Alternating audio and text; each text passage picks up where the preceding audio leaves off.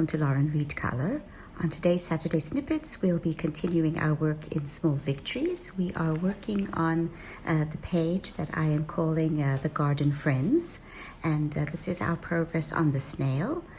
Today I'm hoping to finish the snail. We'll be shading the snail's body, we'll be smoothing out the shell and shading the bricks, and then I hope to also begin on the bee. So we'll be using for the bee the same color palette that we're using for the snail. I might add a color or two as we go along, but basically it'll be the same colors. So let's get started. Right, so we are zoomed in. Last time we used a layer of Inktense as a base, and it has done most of the work for us. So basically we're just going to shade a little bit with some of the colors, and we're going to be starting with dark umber, which is 947. I've got a really sharp point because the area is quite small.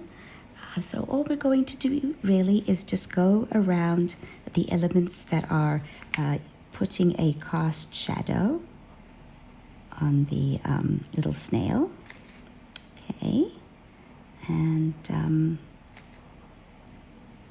then we will blend it out with I think with goldenrod should be good. Right, so if you're new to the channel, welcome. And just to let you know that these videos on Saturdays, what I call my Saturday Snippets, are chatty videos. So if you're not interested in listening to me ramble on, feel free to mute me and put on your favorite music. So basically I talk about my week and anything interesting that I have counted on my journey through life. So this week was, the beginning was quiet, but the end was busy. So on Monday, I had an ultrasound, which was fine. All my test results have been fine for those who have been listening to me go on about them. I have one more test to do, but that is only in March. That was the earliest I could get an appointment. So that's the last test that I'll be doing. And I hope it'll also go as smoothly as the others. Anyway, yeah, now we're going to do his antennae.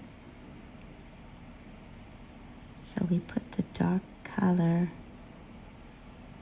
on the bottom because the sun is hitting the top. Yeah, so that was Monday. Tuesday was a quiet day. What did I do on Tuesday? I think I just colored. And then Wednesday started the busy. Okay, now we're going in with goldenrod to blend that out, 1034. Then we're just going on top of the dark umber and blending it out a bit. I love Inktense. It makes the work so much easier. Anyway, so on Wednesday and Thursday, I had a work conference, so I was really busy.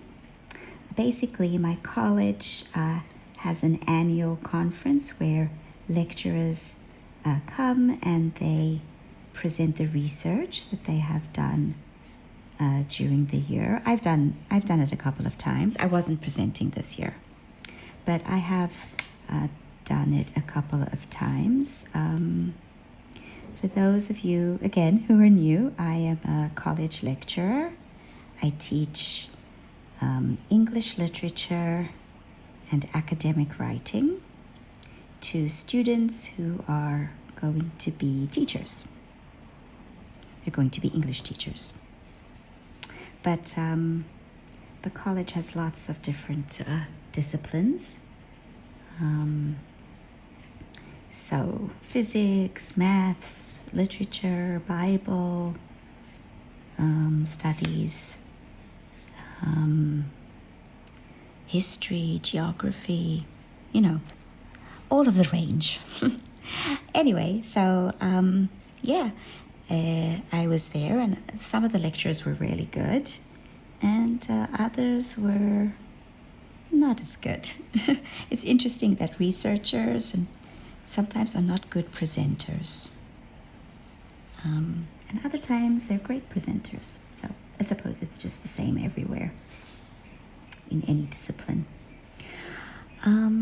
Okay, what are we gonna do with these? Let's just blend that out on his antenna as well. What are we gonna do with these bubbly things? I think here as well, I will just shade them a little bit.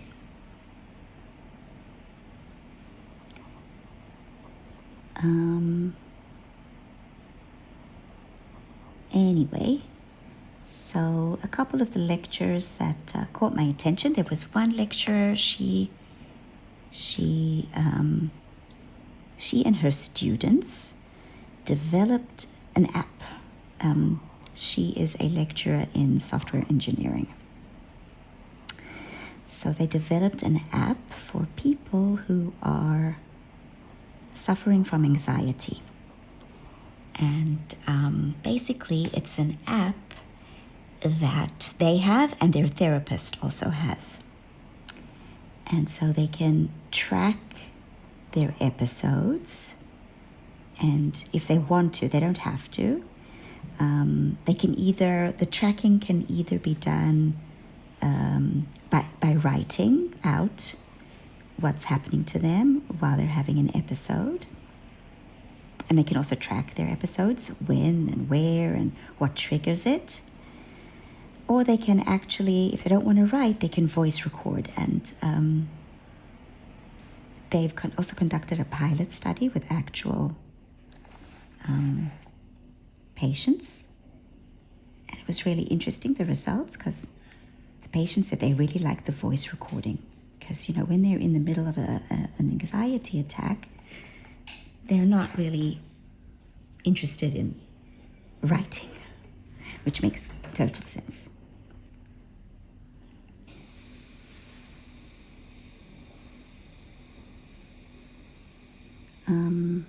So anyway, where was I?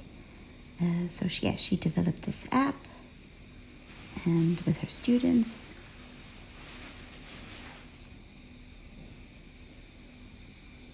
And it's in its initial stages of being tested out. So that was really interesting.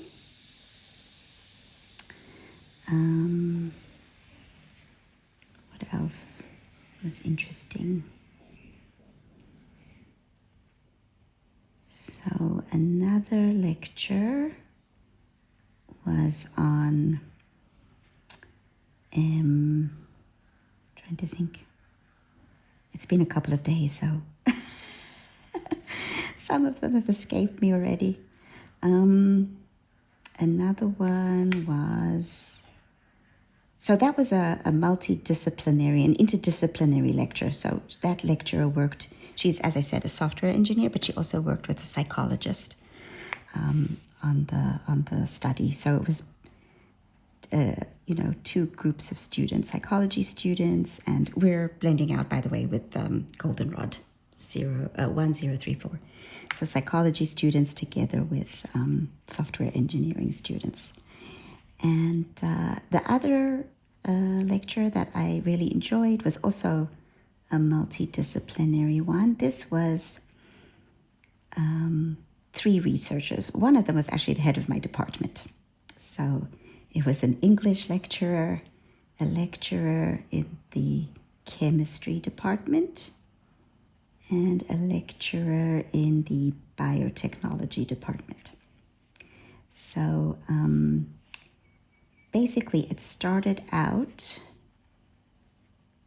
as an experiment that the biotech and chemistry departments were running. They wanted to see which of 9 different chemical compounds would kill 2 different types of bacteria. Anyway, so in the experiment, they told the students what they needed to do, and then told the students that they had to design the experiment themselves and conduct it and see what happened. Okay, so they also wanted to be able to track what the students were doing, like their thought processes. Okay, now, oh, I like that. That's come out nice. Now what we're going to do, if the squealy dog will let us. Sorry about the pause. I had to go and give the squealy dog his breakfast, otherwise he would squeal through the whole video. Anyway, so I also took the opportunity to make myself a cup of tea. Where was I? Right, the lectures with the biotech and chemistry lecturers. Anyway, so they wanted to also map their students' thought processes while they were doing this experiment. And so they asked the head of my department if he could help. Okay, so before I get into that, we're now going to move on to smoothing out the background. So as you can see, after putting in the ink tints, we have a sort of gradient. So we've got this dark goldenrod color, which I think was sienna gold, if I'm not mistaken, in the ink tints.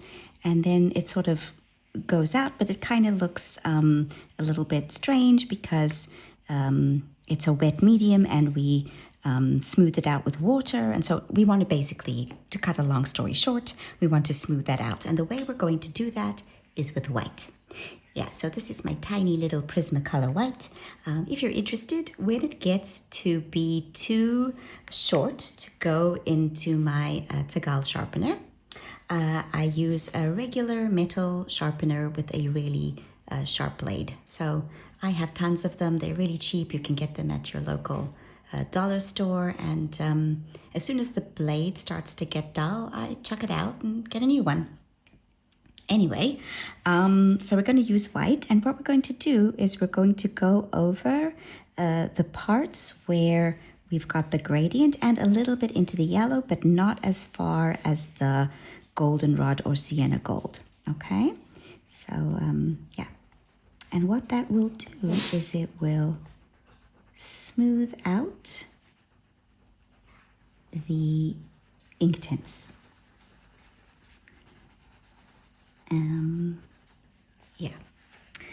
So anyway, so those lecturers asked him for his help, the head of my department, because they know that in our department we work on textual analysis. We analyze texts for reading comprehension and literature, textual literature analysis and stuff like that. Excuse the slurping dog. Anyway, so yeah, they did, the students built their experiment and they analyzed their thought patterns, and they discovered, it was really interesting, they discovered that all the students, they were like, I think they were like 70 students in this study. So they discovered that the students all worked in 4 different patterns of thought. So the students who were more chemistry inclined thought one way. They divided the compounds and separated them from the bacteria, and then just one by one applied the compounds to the bacteria. The students, oh, sorry, hold on. Someone wants to get on the couch. Hold on. Yeah, as you know, he's got a little bit of arthritis, so getting on the couch is difficult for him. Okay, so we're just smoothing this out. Anyway, so yeah, those were the chemistry students. The biotech students, who were more bio inclined, they also separated the bugs from the compounds, but they did something slightly different. And then there were two groups who did a little bit more meta thinking. So they knew what the goal was, to see which compounds would be more effective against these bugs. And so they divided their samples in a much more complex way. Anyway, it was really interesting to see how different people in different disciplines think. Right. Now we're going in with Deco Yellow, and we're just going to put this on top of the white, okay, to try and blend the white into the yellow. Okay, this is one of my weaknesses with pencils, is trying to get these gradients, but I'm working on it. So if it doesn't come out perfect, that's also okay. But it's working out okay. Yeah, so that was that lecture. I'm trying to think what else was interesting. Oh, then another lecturer who's also in my department. She does virtual exchanges. So during COVID, when we were all trapped in our houses and teaching on Zoom, we did a few projects with universities in other countries. And the students from different countries participated in virtual exchanges, so meetings where you could talk to students from other countries and, see what was going on with them and stuff like that. Yeah, so that was her lecture. She was talking about the results. They've continued these virtual exchanges even with COVID ended. Oh, I like that. Okay, now what we're going to do is take the goldenrod, and we're just going to extend this out a little bit. Not too far. Yeah, so that was her lecture. So really interesting, some really interesting ones. The mathematics ones were not as interesting. I'm sure they were interesting to the math teachers and the math people, but I am not mathematically inclined. It is just, I see numbers and I get complete brain fog. So yeah, so those ones. There was one about, I don't know, making series of numbers. It's way over my head. Just way over my head. Anyway. But there were lots of parallel sessions, and you could go to the things that interested you. Yeah, so that was 2 days. They also had nice lunches and a fancy dinner at the end. It was nice, and it was nice to hang out with my colleagues and to also, hang out with colleagues who are not in my department. So that was nice. Oh, I think that's come out really nicely. I like it. It looks a lot smoother in person than it does on the camera. I think the camera picks up a lot of the graininess that you don't really get in person. But if you don't like the graininess, then you can always use a blender pencil and blend it out. So this is my Prismacolor blender, and as you can see, I've sharpened it to make sure I don't have anything on it. And you just blend out the tooth of the paper. You can burnish the tooth of the paper, and then you will lose some of the graininess. You can also blend with white if you prefer to, if you don't have a blender, or if you prefer to blend with white. All right. Oh, I'm very happy with that. Okay. That worked out well. Right, now we are going to move on to our brick path. Right, for this we're going to start with Jasmine, and we're just going to go over the Inktense. Now, one thing about Prismacolor pencils is that they're very opaque, which means that they're going to cover over the Inktense almost completely if you use a too heavy hand. Okay, now, so for example, when we did the background on this sorry.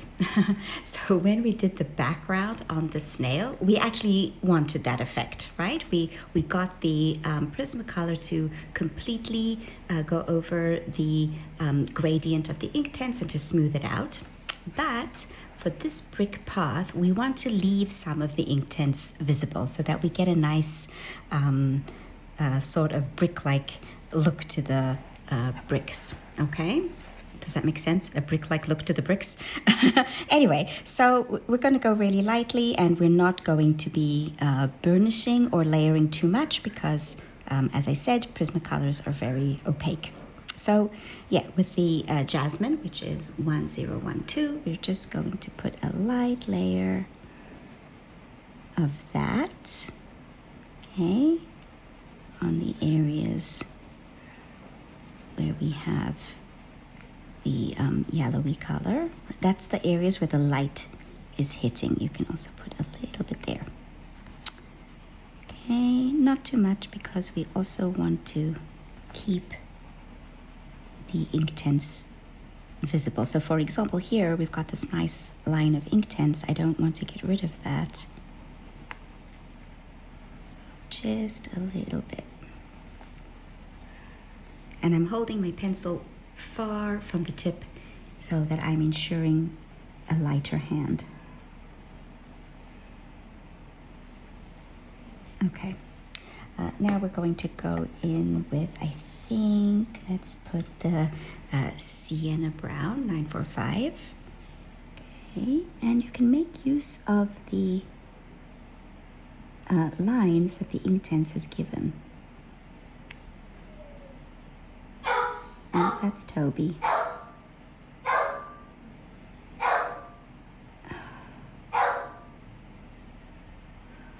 Hold on, I have to go and see what he's doing. Yeah, he wants more food, but he knows he's not getting any more, so he's making his objections to this known. Anyway, so we're still with the Sienna Brown, and we're just putting in some of this color. Okay. We want to make sure we get that brick effect. Okay. It's good to leave the texture. We don't want to burnish because we want the texture that layering on top of the ink tints gets us. So that's why we're using a light pressure so that we can get the brick texture, the graininess.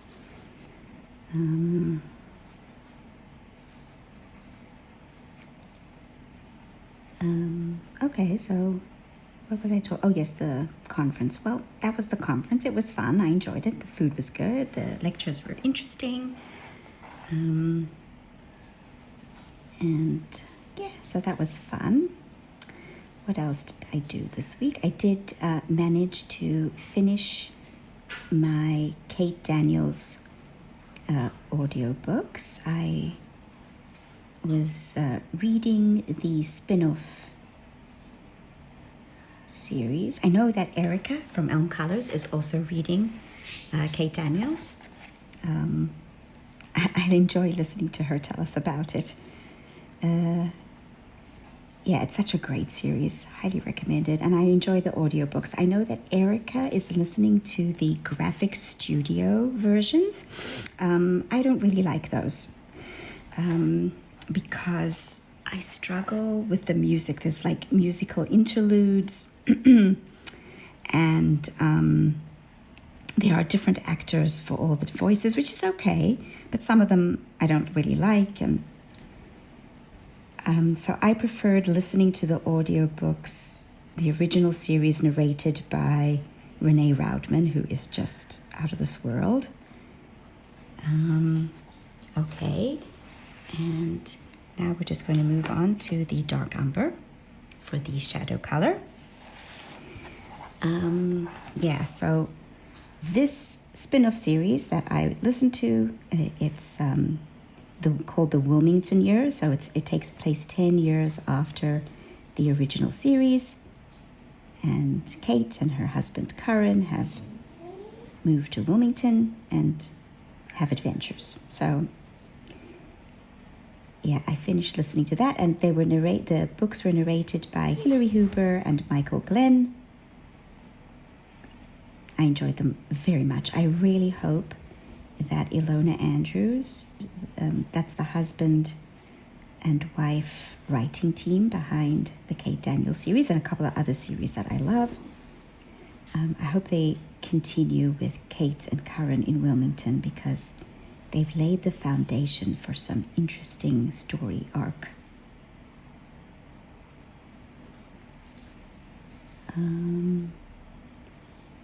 Yeah, so I finished that. I'm still reading The Last Guard by Nalini Singh. I'm about halfway through. That I'm reading on my Kindle, so it's taking me a bit longer, because with the audiobooks, I can listen to the audiobooks when I'm doing other things like coloring, washing dishes, doing puzzles, but reading a physical book or a digital book, I can't multitask. Okay, anyway, so I'm still reading that. I did start a new audiobook. I started listening to, it's called, just one second, I have to hold down the page. It's called Second Chance Girl by Jill Shelvis. It's part of her, is it Jill Shelvis? No, it's not Jill Shelvis, sorry. It's Susan Mallory. And it's the second book in the Happily Inc. series about a small town where the main industry is weddings. So everybody in the town is, involved in wedding organization in some way. Okay, let's have a look at that. Oh, I love that. That came out really good. Let's zoom out and see the entire effect, because I think we're finished with our snail. Okay, so there is our finished snail, and I am really pleased with the way he came out.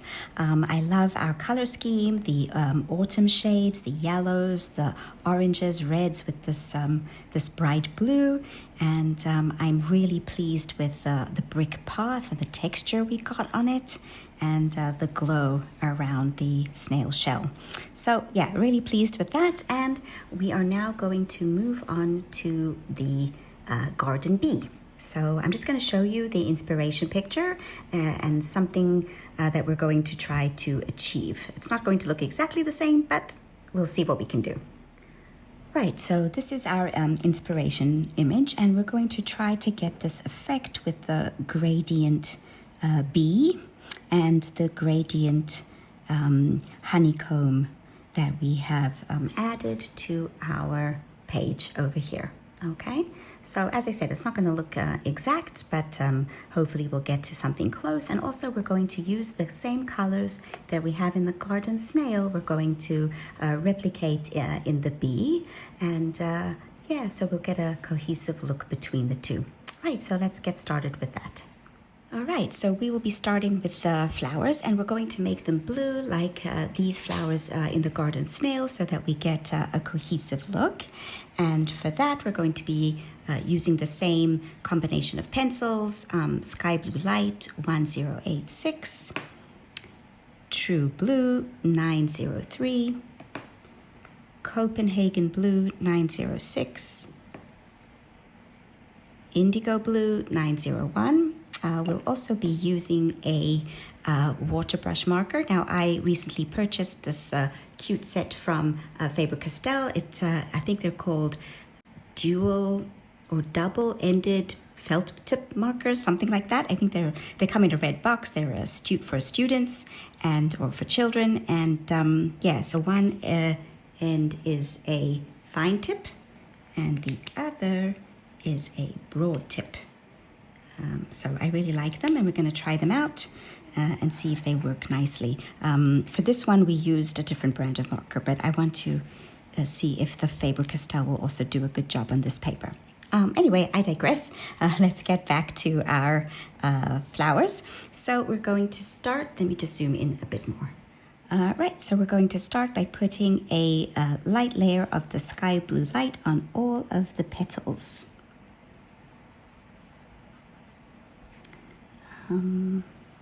Yeah, and like we did in the Garden Snail, we're going to have the highlight at the top.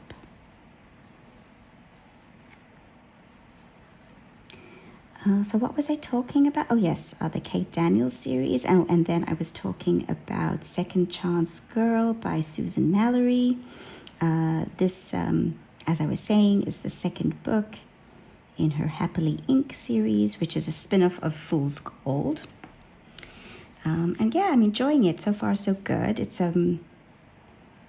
about two different sisters. I think there are two romances. There's a primary romance and a secondary romance. We're using the True Blue.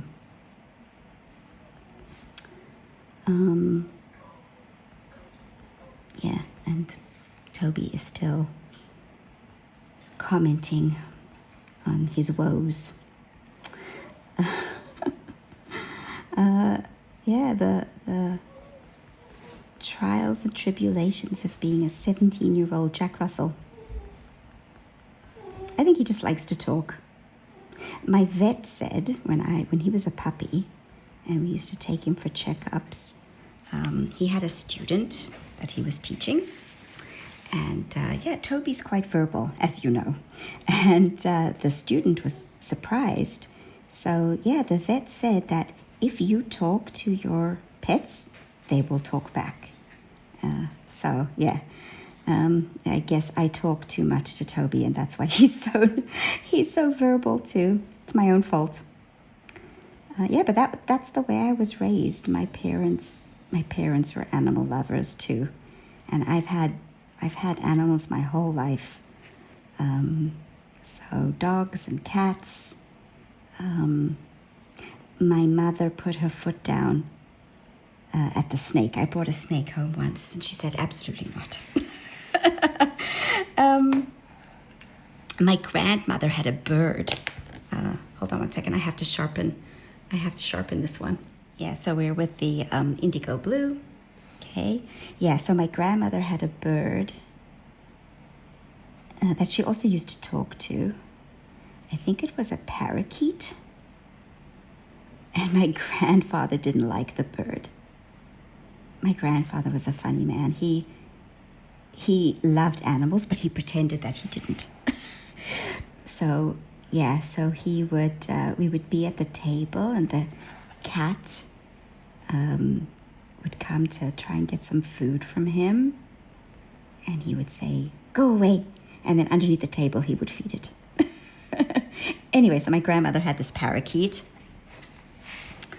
and yeah, she loved that bird. And my grandfather wasn't that much of a fan, but he put up with the bird for my grandmother. Yeah, so my whole family, we've always been animal lovers. And my brother has...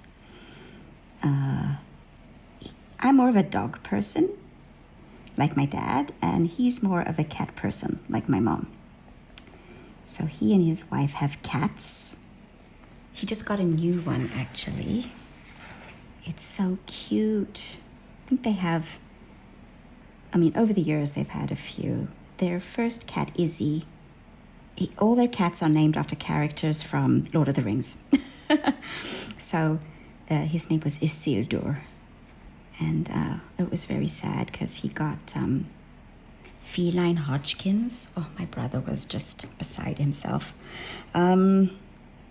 Okay, now we're going to go in with the sky blue light and just blend this out a bit. Yeah, so we lost Izzy. And yeah, so he told me the name of the new one.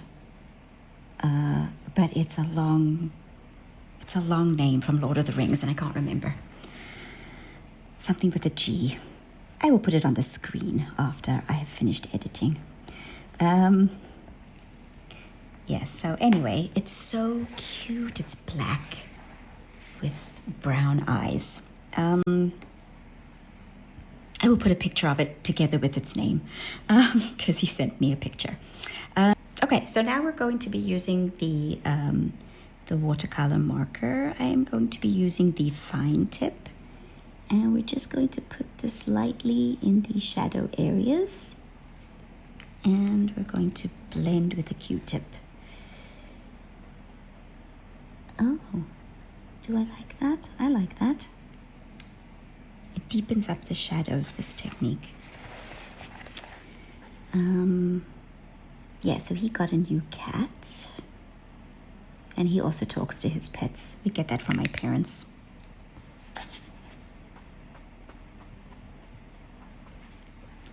Hold on, I'm just doing this slowly so I don't mess it up.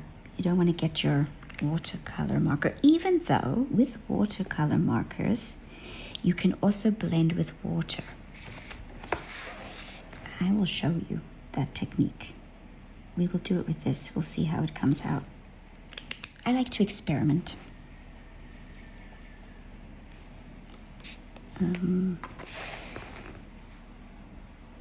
Yeah, so because they're water-based, you can blend with water as well. Again, not every paper likes it. Let's see. I think I want to do a bit more here because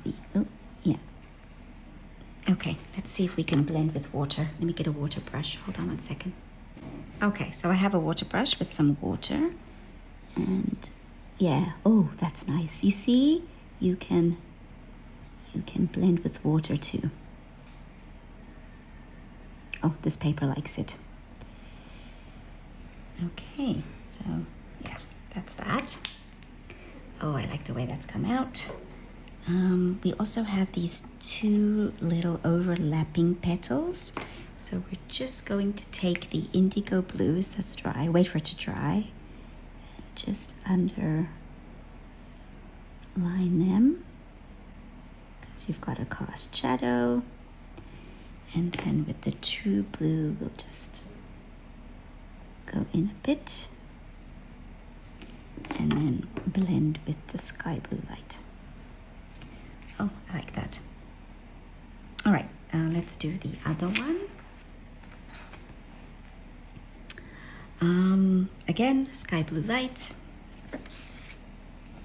Anyway, right, so I don't know how we got onto pets. Something Toby did.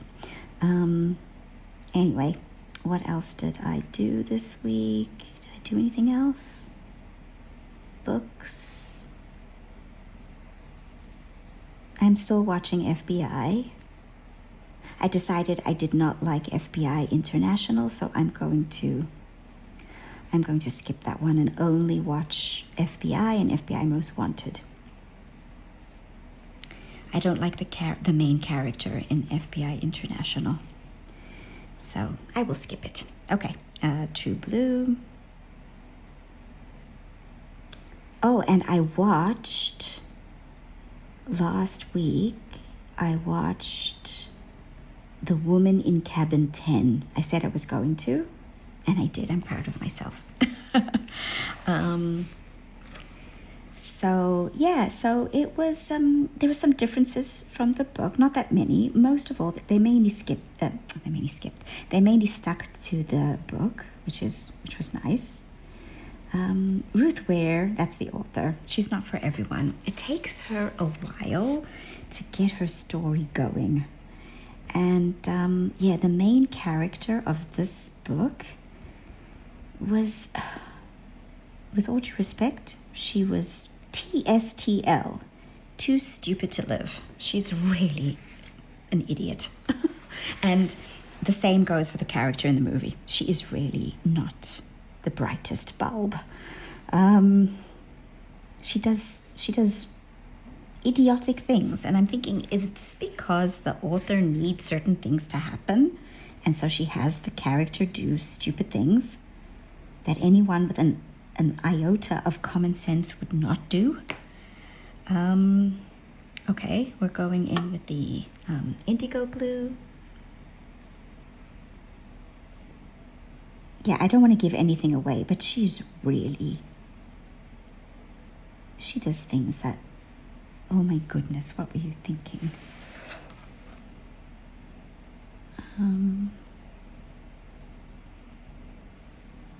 Yeah, but plot-wise, they more or less stuck to the book. So I like it. I like that. That was, and it was good overall. I enjoyed it. I like Keira Knightley. She's a good actress. I'm not a fan of Guy Pearce, though.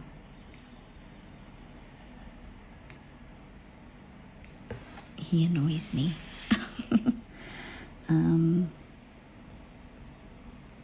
In fact, if I'd known he was in the movie, I might not have watched it. And he annoyed me in this one too. I don't know, I think he overacts.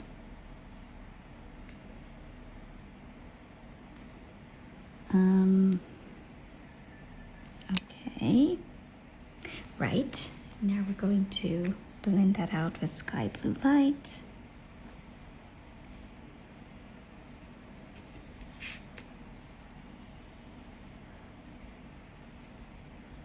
These flowers. And now we're going to put in our water marker. This marker, unlike the, so let me just show you. Let me zoom out. Okay, so the marker that we used for these flowers is an indigo blue marker. And the marker that we used for these flowers has a little bit of a purplish tone to them. So while we are using the same Prismacolor combination, the marker is making the flowers slightly more purpley, which I really like. We're getting a slightly different look, but still remaining cohesive because of the base layers. So yeah, I like that. All right, let's zoom back in again.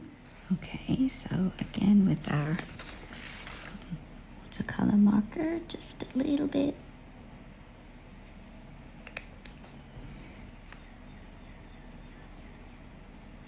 Yeah, so I watched that. Did I watch anything else? I think that was it.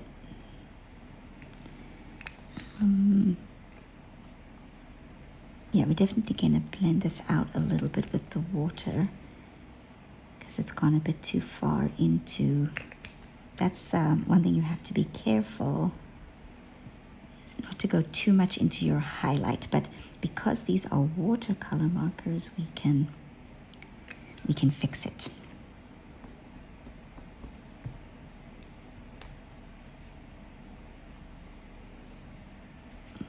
Okay.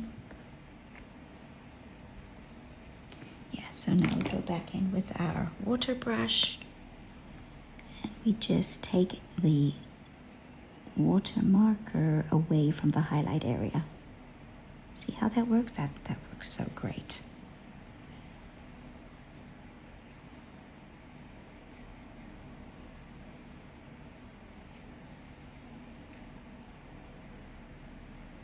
Oh, I like that. That really came out great.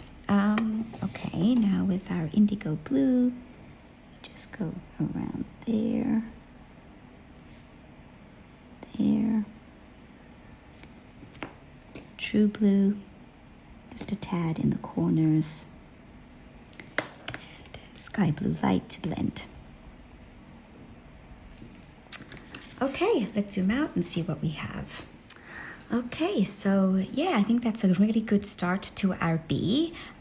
Next Saturday Snippets, we will continue with the flowers. We're going to make these two the bronzy goldy color that we've got there, and then we've got these little flowers which we might make these pinky rosy gold color. And so as I said, we're going to continue with this color scheme. So thank you so much for joining me for today's Saturday Snippets. I hope that my ramblings weren't too much, and I hope to see you for the next one. Bye for now.